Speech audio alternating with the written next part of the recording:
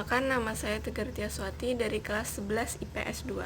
Di sini saya akan menjelaskan sedikit tentang materi terbentuknya pemerintahan NKRI serta tokoh-tokoh yang terlibat dalam pembacaan teks proklamasi. Materi pertama yang saya sampaikan yaitu terbentuknya pemerintahan NKRI. Pada tanggal 18 Agustus 1945, Panitia Persiapan Kemerdekaan Indonesia atau yang disingkat dengan nama PPKI menyelenggarakan sidang pertama kalinya yang dipimpin oleh IR Soekarno. Dalam sidang PPKI tersebut dibahas berbagai persoalan untuk melengkapi keberadaan negara RI yang baru diproklamasikan. Materi yang dibahas dalam sidang ini yaitu materi yang merupakan lanjutan materi dalam sidang BPUPKI yang terjadi pada tanggal 10 sampai 16 Juli 1945. Dalam sidang PPKI tersebut berhasil diambil sebuah keputusan yang sangat penting bagi pemerintah negara Republik Indonesia. Keputusan berhasil dicapai dalam sidang PPKI adalah mengesahkan rancangan Undang-Undang Dasar 1945 atau yang saat ini kita kenal dengan sebutan UUD 1945.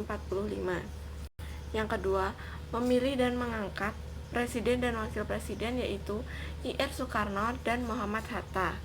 Yang ketiga, membentuk komite nasional yang membantu presiden dalam melaksanakan tugasnya. Nah, kemudian sejak tanggal 18/1945, negara Indonesia telah memiliki sistem pemerintahan yang sah dan diakui oleh seluruh negara. Kemudian, buat materi yang kedua yaitu peran tokoh proklamasi. Di sini ada beberapa pahlawan yang ikut serta dalam pembacaan teks proklamasi maupun penyusunan teks proklamasi, yaitu tentunya yang pertama IR Soekarno. IR Soekarno berperan menyusun konsep teks proklamasi di rumah Laksamana Maida. Yang kedua, menandatangani teks proklamasi, dan yang ketiga, membacakan teks proklamasi. Kemudian yang kedua ada Dr. Andes Muhammad Hatta. Perannya sama seperti IR Soekarno, yaitu menyusun konsep teks proklamasi dan menandatangani teks proklamasi tersebut. Yang ketiga ada Mr. Ahmad Subarjo. Berperan sama seperti IR Soekarno dan Muhammad Hatta, yaitu menyusun teks proklamasi. Yang keempat ada Laksamana Maida. Beliau adalah seseorang yang berasal dari Jepang, namun beliau sangat bersimpati kepada penderitaan rakyat Indonesia sehingga beliau meminjamkan rumahnya yang ada di Jakarta, Jalan Pegangsaan nomor 56 yang digunakan untuk IR Soekarno beserta teman-teman lainnya dalam merancang teks proklamasi. Yang kelima ada Soekarni.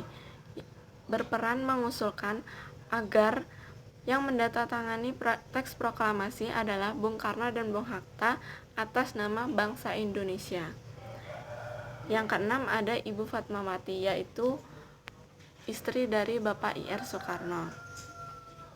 Peranan ia adalah menjahit bendera Sang Saka Merah Putih yang akan dikibarkan dalam upacara proklamasi kemerdekaan Indonesia.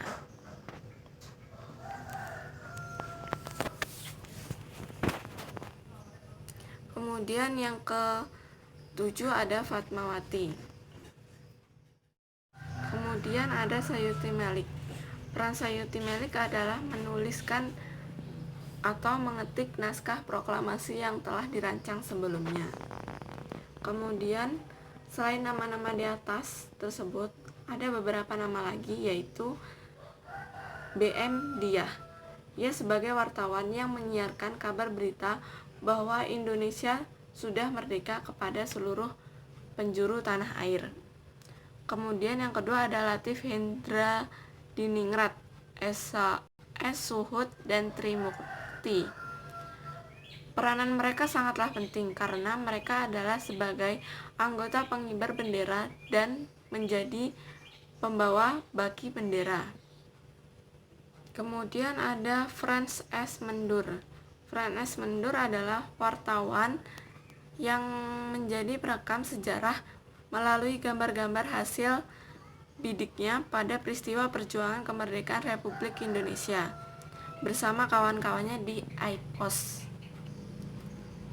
Kemudian ada Syahrudin. Syahrudin mengabarkan berita proklamasi kemerdekaan negara Indonesia ke seluruh dunia secara sembunyi-sembunyi dari bangsa Jepang, karena dia adalah salah satu wartawan yang berasal dari bangsa Jepang.